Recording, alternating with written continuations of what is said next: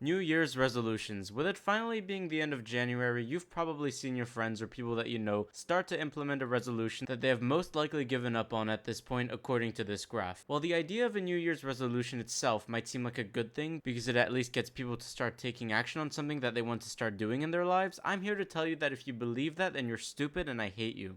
Just kidding. Anecdotally, I can tell you that a lot of the time, New Year's resolutions can actually be counterproductive in achieving your goals because, as you've probably heard a bunch of times, the vast majority of them fail. So if your goal was to lose weight or to exercise more, if you fail to achieve that goal, there's a good chance that you'll subconsciously feel less motivated or as though you couldn't succeed if you tried to do it again, because you would have that negative experience to reinforce any uncertainty you might be feeling. Moreover, and this seems quite obvious, but why January 1st? I get that it's the first day of the year and that people see that as some sort of fresh start, but the problem with there being some universal arbitrary date on which people decide to make change is that if you want to do something to improve your life, a lot of people will just wait for the new year to come around, and more likely than not, when they don't stick to whatever it is that they're trying to achieve, instead of trying again, people tend to take comfort in the fact that they know that they're going to try again at the start of the new year with the notion that they're going to stick to it, so they don't struggle to improve themselves until that date comes up. But Drain, I hear you asking. Surely for someone like you, a muscular, high testosterone beacon of raw masculinity, everything comes naturally and easily. For a mere mortal such as myself, if New Year's resolutions aren't the way, then what should I be doing? To come back to the point of people rushing to achieve their goals by creating unsustainable routines, I think that's stupid as well, because all it does is 100% rely on the ability to be able to expend a significant amount of willpower every day instead of making it as easy as possible, which is the only way to actually stick to something. Suppose you look at why people don't stick to their resolutions. In that case, it usually just boils down to setting unrealistic goals and not tracking progress, which is something super easy to fix. It's simply a question of creating a habit that allows you to work towards a goal without thinking about it. I mean, without even searching up statistics or anything like that, I'm sure you can agree with me when I say that people very often fail to reach their goals because they tell themselves they're gonna go run 400 miles a day carrying 300-pound logs of wood. After all, sleep is for the weak, and that ultimately leads them into some unsustainable routine which will very quickly just end with them giving up. Let's take the examples of losing weight and going to the gym because those seem to be the most common New Year's resolutions. If you want to actually implement some change into your life and achieve these goals, if we take working out for example, you can work towards creating a habit by creating easy goals that you hit every day, like starting by stretching every day for 5 minutes instead of going to the gym. Of course, if you do feel like going to the gym, you should go, but the main thing you should be trying to achieve is stretching every day for 5 minutes and then working up from there. For example, doing 5 push-ups every day and then eventually going to the gym 3 times a week. Similarly, if your goal is to lose weight, then instead of starting by only drinking water for 4 months whilst only nourishing yourself with a false overinflated sense of moral superiority, you should rather start as easily as possible by simply keeping in mind that you're trying to eat less processed foods and simply progress slowly, like keeping in mind to eat less sugar, then making one home cooked meal a day before simply making sure that you're in a calorie deficit. The other side of the equation, in my opinion, is simply keeping track of your progress, because by tracking your progress, you establish a positive feedback loop that objectively shows you that you're progressing even if you just can't tell with your feelings. To come back to my aforementioned examples, if you're trying to lose weight, I recommend that you track your calories to make sure that you're at least in a slight deficit, but keep in mind that you can still have some snacks as long as you maintain your deficit. Another thing is to weigh yourself every week. I don't recommend that you weigh yourself every day because that could be demotivating as your body weight fluctuates by a pretty significant amount naturally every day. If you're just trying to work out and get in the gym, then I recommend tracking how much you can actually lift, or something like how many push-ups you can do in a row, and definitely take progress photos. It's a lot easier to stick to a habit if it's sustainable and it's already doing something that you associate with reaching your specific goal. If you've been doing so for a long time, then you're very likely to stick to it. Lastly, I think another element that people often overlook is having someone to keep you accountable for your goals. The best case scenario is if you and your friend had the same goals, for example, and it was something that you could work towards together every day. That way, if one of you doesn't feel like doing anything, then you have your friend to smack some sense into your bitch,